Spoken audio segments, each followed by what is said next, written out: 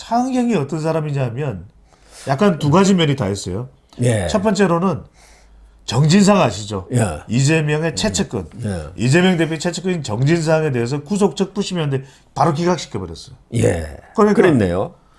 이재명이든 이쪽 민주당 쪽에도 휘둘리지 않는다. 또 하나는 뭐냐면 장제원 의원의 아들 있죠. 전 의원의 래퍼 노엘 그렇죠. 아들에 대해서도 장용준이죠. 예 이것에 대해서도 형량에 대해서 변경을 안 했어요. 항소심 재판부에 있었는데 예. 이게 뭐냐면 이 사람 보니까 무슨 특정 어디에 소속되어 있는 것도 아니고 어디에 편향된 판결이 없어요.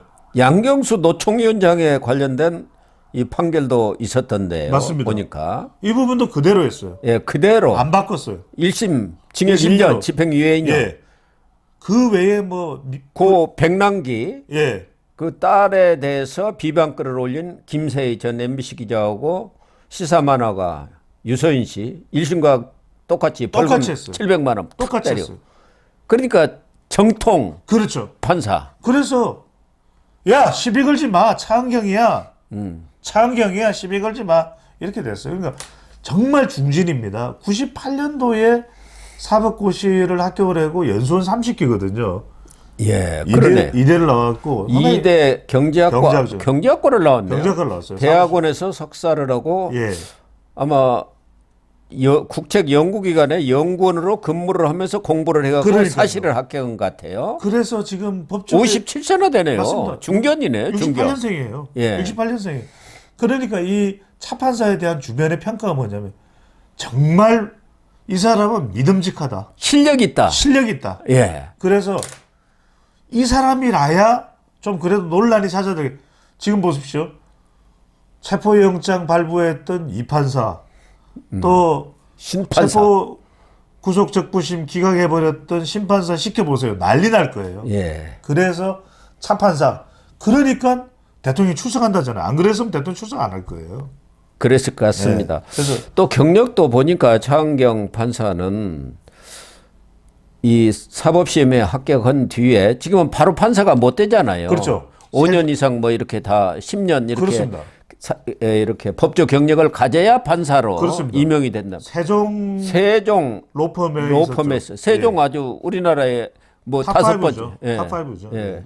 거기에 있다가 2006년에 수원지법 판사로 임명이 돼서 부산지법, 대구 가정법원, 인천지법, 서울중앙지법 이런 데서 전부 부장판사를 역임을 했더라고요. 그렇습니다. 고향도 또 인천으로 알고 있거든요. 인천입니다. 예, 그러다 인일역으로 나왔습니다. 그렇습니다. 그래서 여러 가지 면에서 지금 서부지방법원도 얼마나 부담되겠습니까? 이게 뭐 온 나라가 서부지방법원만 보고 있어요. 서부지방법원은 지금 민주당의 부속 법원이다, 좌파 소굴이다 이런 지금 그렇죠. 오명을 쓰고 있지 않습니까? 이런 상황이 되다 보니까 서부지방법원으로서도 지금 미칠 노릇일 거예요. 예. 그러다 보니까 지금 이 판사 안 된다. 지금 난리가 난 거예요. 살해 뭐 위협도 있는 거고 심판사도 안 돼요.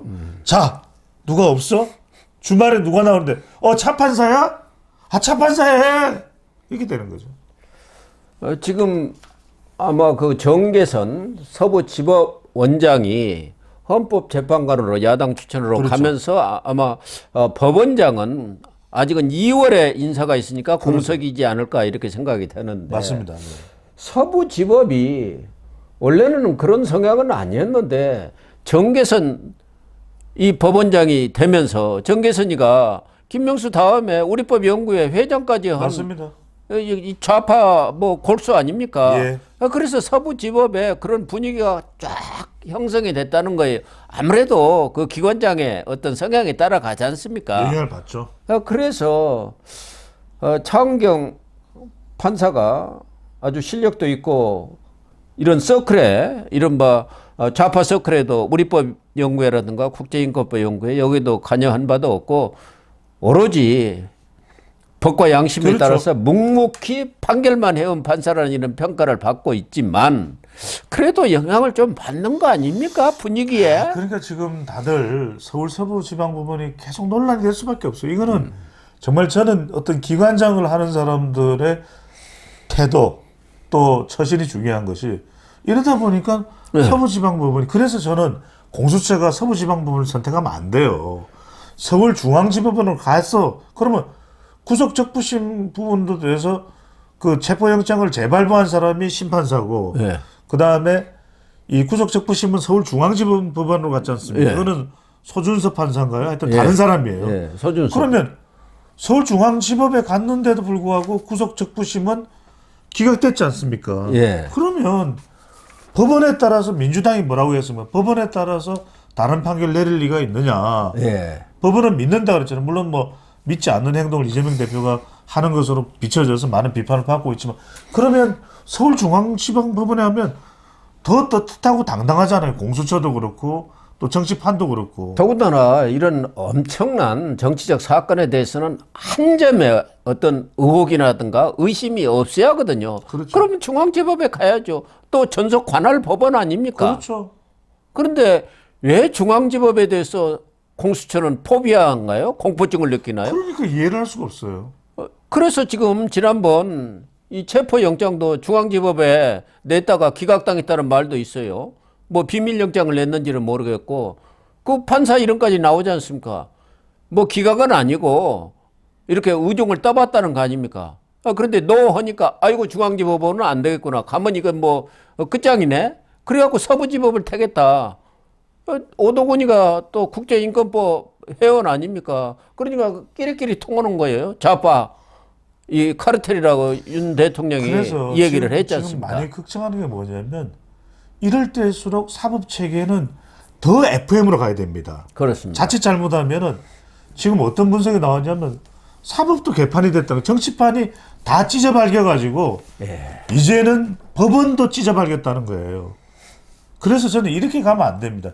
이런 순간 우리 법치주의가 무너지는 것이거든요. 더 FM대로 가야 됩니다. 더 정교하게 FM대로 가야 되지. 지금 법원까지 다 어떤 법관이냐에 따라서 자냐 우냐 이렇게 되면 어떻게 되겠습니까? 저는 그래서 이번에도 서울지방법원이 구속영장을 하는데 저는 앞으로라도 지금 그러니까 어떻게 됩니까? 군중들이 또 시위하는 사람들이 다 지금 서부지방법원에 몰려가 버려요. 예. 저는 적어도 우리 법원만큼은 이래서는 안 된다. 서둘러야 될 재판은 일반인들의 적용하는 똑같은 걸 정치인들에게 적용을 해야 된다. 이런 말씀드립니다. 아무튼 이 차은경 부장판사가 사법부의 사회적 역할이랄까 이런 것들도 강조를 하고 법원의 판결도 국민적 공감은 있어야 한다 이런 것도 강조를 했다고 그러네요. 그리고 젊은 여성 판사들한테는 닮고 싶은 선배 이렇게 좀 알려져 있다고 합니다.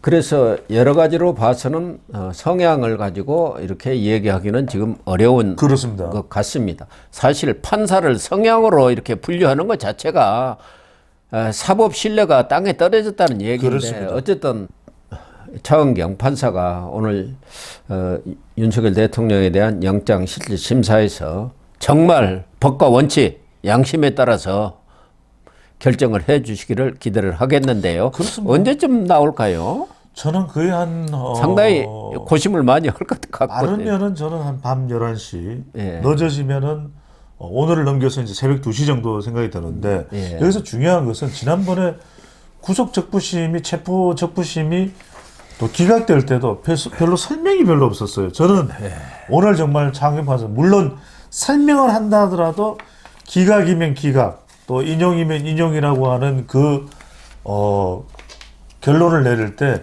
정말 저는 정치 성향에 따라서 끝까지 못 받아들이고 끝까지 뭐 의심하는 또 여론도 있을 수 있습니다. 저는 충분하게 좀 설명을 붙였으면 좋겠어요. 예. 그래서 적어도 어느 정도는 수긍할 수 있게 그 결과에 대해서 그런 걸 저는 꼭 차 판사에게 기대를 합니다. 예, 저도 마찬가지입니다.